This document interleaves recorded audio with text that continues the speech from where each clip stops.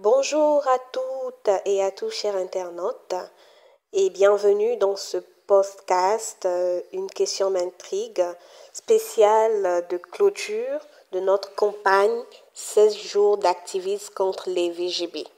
Et nous avons dit tantôt que cette année encore, nous serons focus sur les violences qu'on observe chez les enfants. Aujourd'hui, nous allons parler d'un sujet très important. Il s'agit de comment protéger nos enfants et comment en faire au fait un devoir collectif. Voilà. Parce que chaque parent, les voisins, les enseignants et même les enfants peuvent jouer un rôle au fait pour créer un environnement plus sûr. Donc, la protection des enfants, c'est l'affaire de tous. Car les enfants, au fait, c'est notre avenir. Et si nous ne les protégeons pas, si depuis tout petit, ils subissent des traumatismes dus à certaines violences, ça va affecter leur avenir. Et ce n'est pas bien. Merci de nous rejoindre pour ce moment de réflexion et d'échange.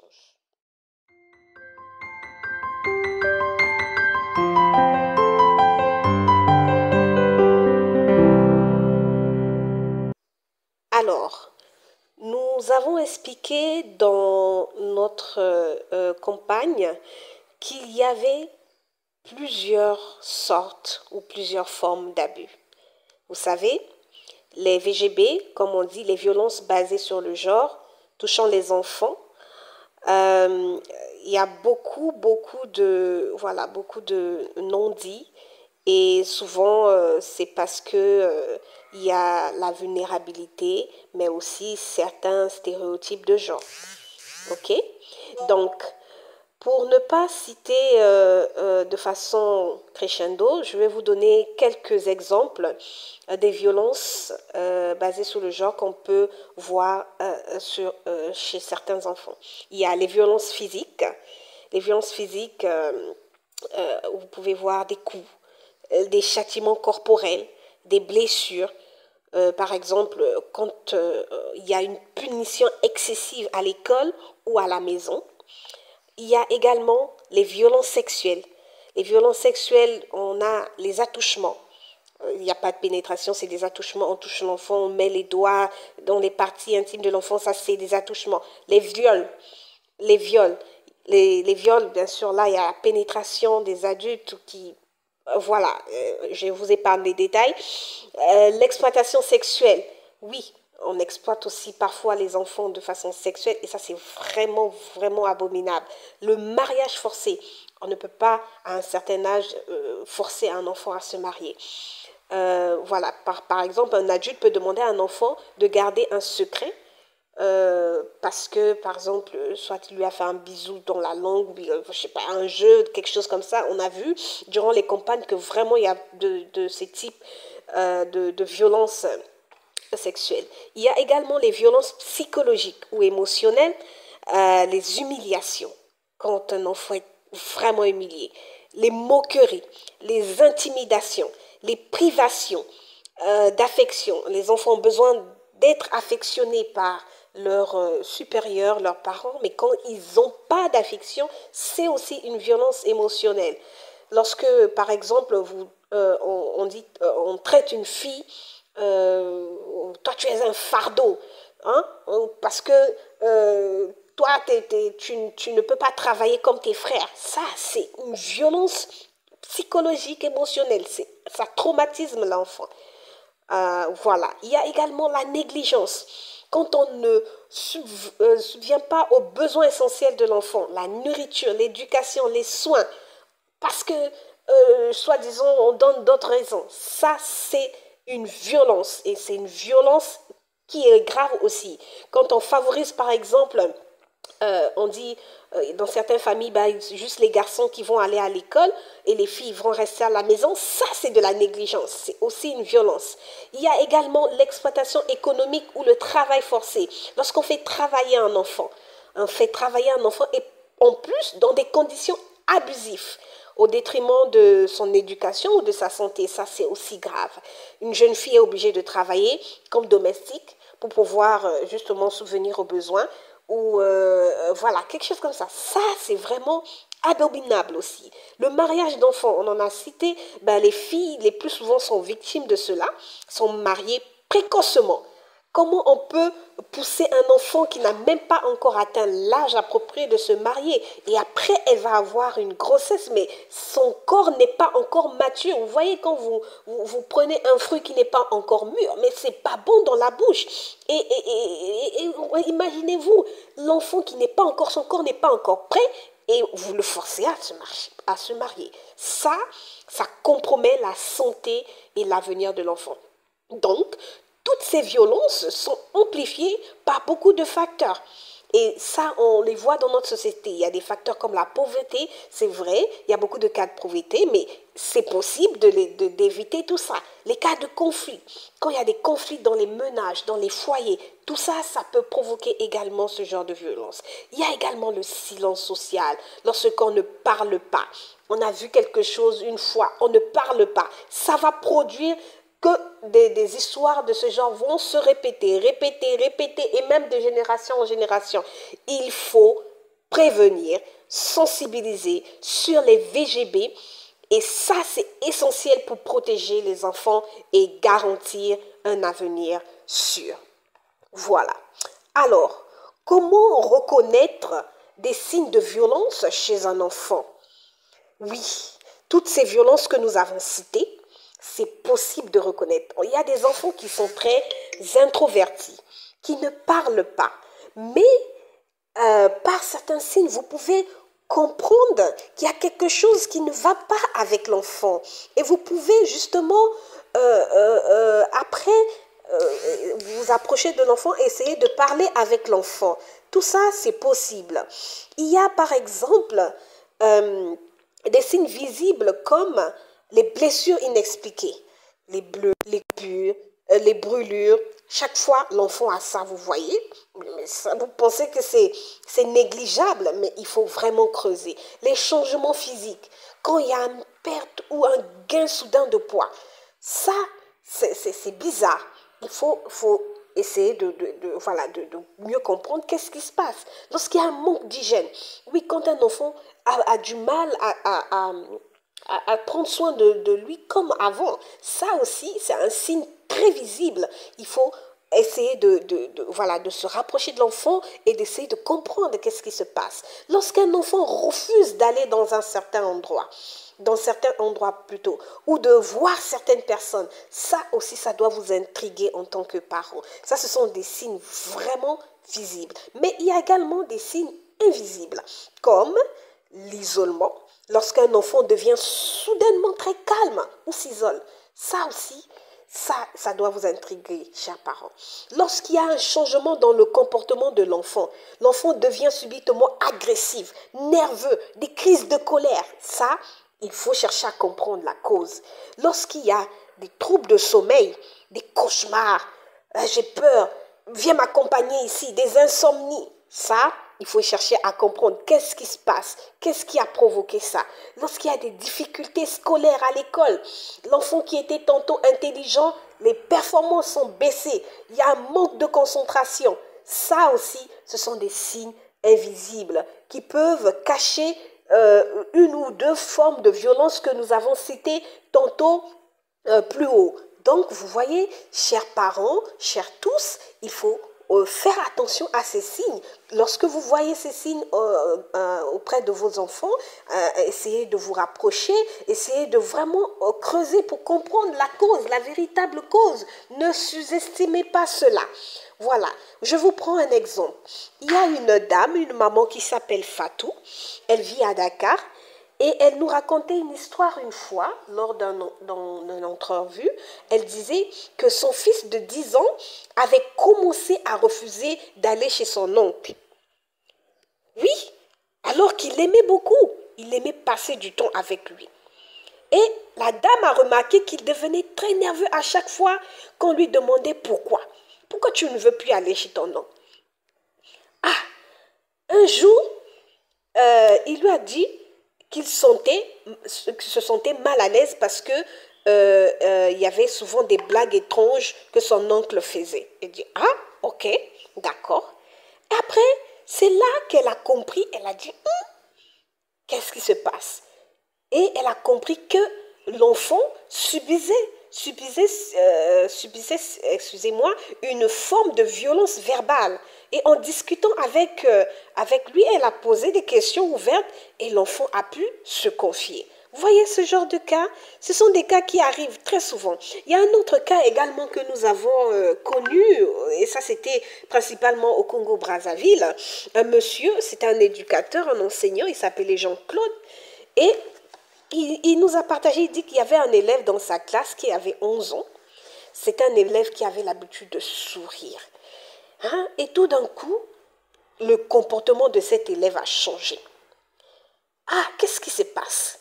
Elle commençait à pleurer facilement, elle ne voulait plus participer aux activités en classe, en groupe, et en discutant avec elle dans un cadre assez sécurisé, la petite a confié qu'un voisin l'a forcée à garder des secrets troublants.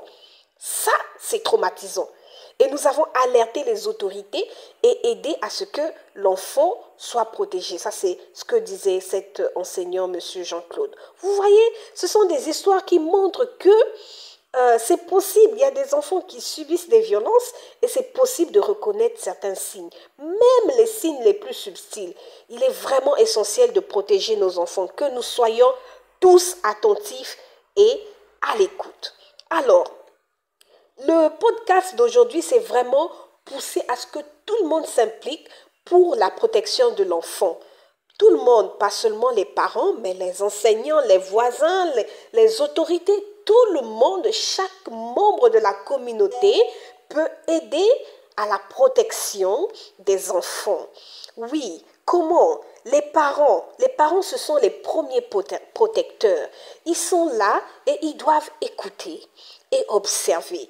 Il faut être attentif, chers parents, aux paroles et aux comportements de vos enfants. Un enfant qui se sent écouté est plus enclin à parler. Mais si vous négligez tout le temps, vous êtes absent, et là, vous ne pourrez même pas déjà voir des signes et l'enfant ne se sentira pas à l'aise à vous parler. Les parents, vous devez également enseigner des limites aux enfants. Nous avons vu durant ces 16 jours quelques exercices à faire. Vous pouvez revoir la liste de ces exercices et le faire chaque jour avec vos enfants pour les apprendre des limites, les apprendre à dire non, à reconnaître certains comportements inappropriés. Oui, les enfants sont parfois vulnérables. Il y a souvent cette naïveté aussi. Donc, il faut les apprendre et les enseigner les limites pour ne pas qu'ils tombent dans des choses qu'après, ils vont regretter amèrement. Pourquoi mon père, pourquoi ma mère ne m'avait pas dit ça? Il faut, chers parents, aussi créer un environnement de confiance. Montrer que vous êtes là pour eux, quoi qu'il arrive. Oui, ça c'est important, important pour les parents. Maintenant, qu'en est-il des enseignants? Les enseignants sont les gardiens en milieu scolaire. Les enseignants, vous devez surveiller les comportements des enfants. Les enseignants, c'est vrai, pas seulement en milieu scolaire aussi, mais aussi par exemple, dans nos églises, pour ceux qui sont chrétiens, il y a l'école de dimanche. Là aussi, nous avons des moniteurs, des monitrices. Vous êtes des gardiens. Vous devez surveiller les comportements des enfants. Si un enfant devient soudainement introverti, agressif, cela peut être un signe. Qu'est-ce qui se passe? Qu'est-ce qui a provoqué ça? Et il faut que vous puissiez inclure l'éducation à la sécurité dans les cours. Il faut enseigner aux enfants comment se protéger. Par exemple, à travers des histoires, à travers des jeux, les enfants peuvent apprendre comment se protéger, comment faire face à certaines limites. Il faut également que les enseignants, les moniteurs, vous puissiez signaler des cas suspects. Lorsque vous soupçonnez qu'un enfant est victime de violence, alertez ses parents. Si c'est chez ses parents, alertez les autorités, alertez les services sociaux. Oui, c'est important. Le silence ne fait qu'encourager la violence. Ça ne garde rien, ça ne résout rien du tout. Alors, qu'en est-il des voisins? Les voisins, Vous aussi, vous pouvez jouer un rôle dans la protection des enfants. Mais comment? Oui, vous êtes ceux-là qui sont proches de la famille. Vous avez des yeux, vous avez des oreilles. Oui, vous êtes comme on dit, les yeux et les oreilles de la communauté. Vous devez rester attentif. Si vous entendez des cris inhabituels dans votre appartement, dans votre immeuble, ne restez pas dans votre coin. C'est quoi cette habitude? Remarquez les comportements étranges et vous ignorez. Ah, on ne fait pas ça en tant que voisin. Il faut rester attentif quand essayer de comprendre pourquoi l'enfant pleure de façon inhabituelle. Essayez d'appeler le parent pour comprendre. Si ça devient répétitif, essayez de comprendre qu'est-ce qui se passe. Et créer un lien avec les enfants du quartier. Oui, il faut pas, c'est vrai dans nos quartiers, surtout dans nos quartiers là où chacun est chez soi, c'est pas évident. Mais entre voisins plus proches, là, c'est possible de faire ça. Hein? Vous savez, il y a parfois les parents qui laissent les enfants avec leur ménagère et vous entendez l'enfant pleurer subitement et vous restez là dans le coin alors que la ménagère est en train de violer ou de faire un acte abominable sur l'enfant. Vous avez un rôle à jouer. Une simple conversation peut donner confiance, soit à l'enfant, soit s'il y a quelque chose qui se passe avec le parent, il faut essayer de comprendre qu'est-ce qui se passe.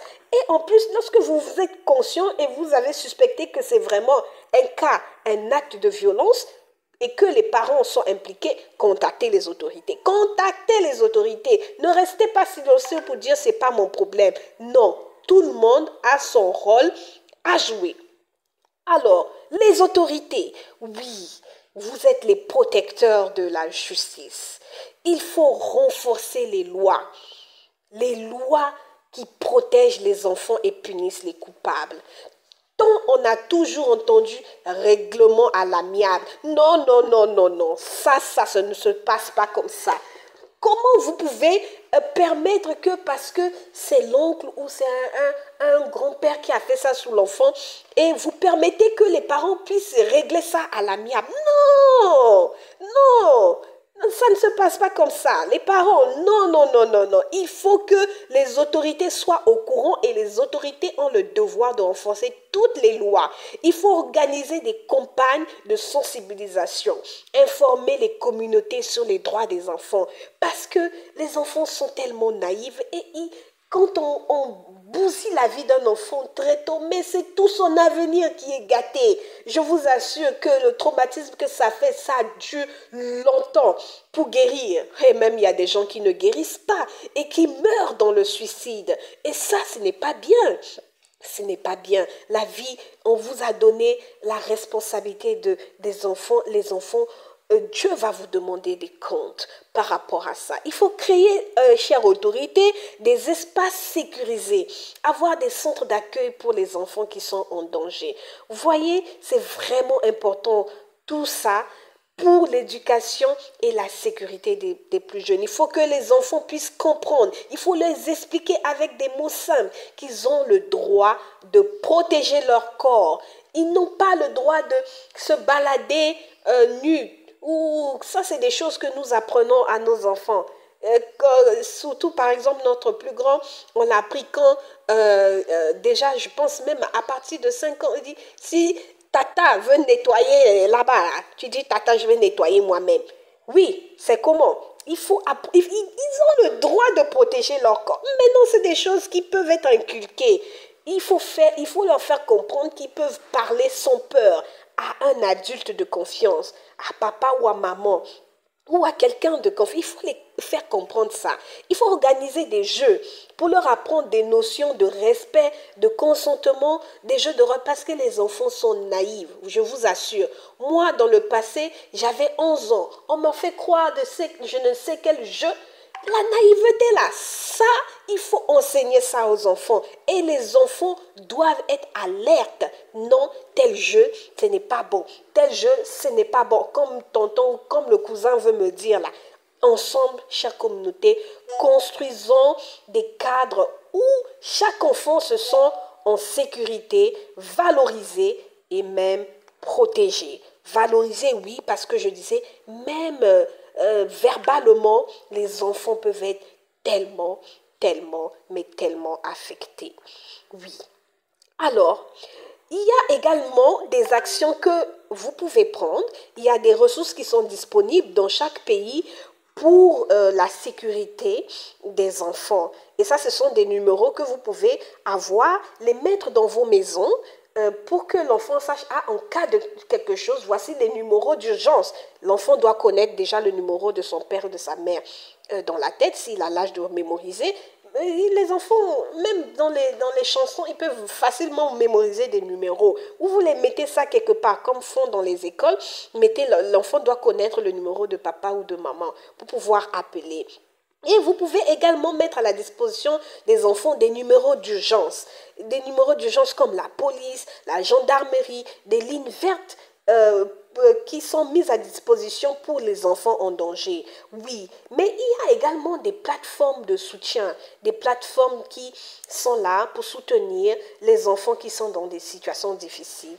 Alors, je vais prendre par exemple le cas au Sénégal. Vous connaissez le numéro de la police, c'est le 17, la gendarmerie, c'est le 800 00 20 20. Ce sont des appels gratuits pour signaler les violences. Il y a également l'association des juristes au Sénégal qui ont une ligne verte, le 116, ça aussi vous pouvez le mettre quelque part à côté de la ligne téléphonique, comme ça les enfants ou n'importe qui dans la maison, même l'enfant, vous vous montrez, ah, en cas de quelque chose, soit il y a le numéro ci, il y a le numéro ci, il faut qu'ils puissent les connaître. Et les plateformes de soutien au Sénégal, il y en a tellement. Il y a tellement de plateformes qui accompagnent, qui écoutent et qui accompagnent psychologiquement les enfants dans leur prise en charge. Il y a le centre Guindi, il y a l'association des juristes au Sénégal qui font un accompagnement juridique et un soutien social pour les familles. Vraiment, il y a d'autres organisations qui le font également, qui le font également pour pouvoir accompagner les parents, les enfants dans des situations difficiles. Donc, il faut connaître ces centres locaux-là et y aller. Il y a certains qui, même pour aller dans ces centres-là, qui ont peur. Non, qu'est-ce qu'on va dire? Qu'est-ce qu'on va dire que parce que le voisin a fait, ou parce que tonton a fait, parce que grand-père a fait? Non, rappelez-vous, le silence aggrave les violences. Alors, au Congo, par exemple, il y a également des plateformes de soutien comme l'Association congolaise pour l'assistance des enfants. Ça, c'est une plateforme que vous devez connaître. Il y a l'UNICEF Congo, qui coordonne des actions pour protéger les enfants contre les abus. Il y a également des numéros verts comme SOS Enfants. Hein, ils ont un numéro que vous pouvez également avoir, le 00242 06 656 56 56. Ça, c'est des numéros que vous pouvez aussi avoir sur le net et même faire une impression, comme je disais, mettre ça là où vous avez mis votre téléphone standard. Le numéro de la gendarmerie 118, le numéro de la police nationale 117. Ce sont des lignes vraiment gratuites que les enfants peuvent appeler en cas de problème d'urgence. Alors, le Tchad, parce qu'on m'a demandé également pour le Tchad, il y a des associations également qui accompagnent les enfants qui sont dans des cas difficiles. Il y a l'association tchadienne pour la promotion et la défense des droits des enfants. Ça, c'est une association qui est pas mal connue. Vous pouvez y aller. Et ça défend vraiment les droits des enfants. Ils accompagnent vraiment les victimes aussi. Il y a également la cellule de protection de l'enfance du ministère de l'Action sociale. Là-bas aussi, vous pouvez y aller. Vous pouvez y aller et tous ces cadres, ces plateformes-là sont là pour former les enfants, pour identifier et signaler voilà, tous ces problèmes que nous rencontrons dans les sociétés. Donc, les parents, vous devez également contribuer à ça. Ces plateformes-là sont là pour ça. Il faut pouvoir les contacter. Les numéros d'urgence au Tchad, il y a le 112, la police nationale. Il y a le SOS Enfants, qui est coordonné par le ministère de la Femme et de l'Enfance et de la Solidarité nationale. C'est le 00235 22 52 12 12. 00235 22 52 12 12. Ça, ce sont des numéros, comme je disais, il faut les connaître. Il faut les connaître, chers parents, chers tous, et les mettre également à la disposition des enfants. Donc, chaque fois qu'une situation suspecte est observée, signalez-le immédiatement. C'est pour sauver une vie. Oui, sauver une vie. il faut sensibiliser les enfants. Ils doivent reconnaître les abus, ils doivent chercher de l'aide, ils ne doivent pas rester dans leur coin. Il faut collaborer avec les autorités. Ne restez pas silencieux, ne restez pas dans votre coin. Voilà donc ce que nous pouvons dire sur comment nous pouvons ensemble, en tant que communauté, protéger nos enfants en utilisant toutes ces ressources, en restant vigilants. Nous avons vu aujourd'hui que protéger les enfants, c'est une responsabilité qui concerne tout le monde. Les parents, les enseignants, les autorités, les voisins. Nous avons parlé également des signes visibles et invisibles de violence. Nous avons parlé également de l'importance d'agir ensemble en tant que communauté. Nous avons parlé également des ressources disponibles pour aider les enfants et leurs familles quand il y a ce genre de cas. Et nous vous avons listé les différentes formes de violence qui peuvent exister. Parce que oui, il n'y a pas que la violence sexuelle, il y a la violence verbale, la négligence. Il y a vraiment beaucoup de formes de violence. Et ça traumatise à vie l'enfant. Jusqu'à ce qu'il va grandir, ça reste, ça affecte. Et il faut éviter ça. Chaque geste compte. Écoutez les enfants, apprenez à reconnaître les signes.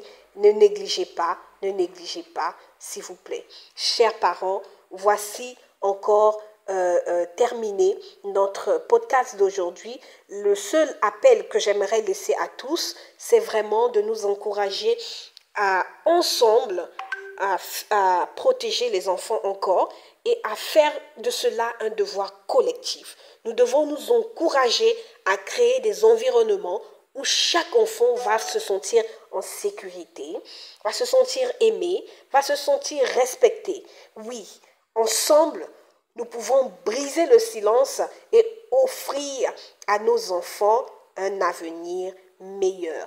Merci d'avoir suivi ce podcast. Merci à tous pour votre engagement.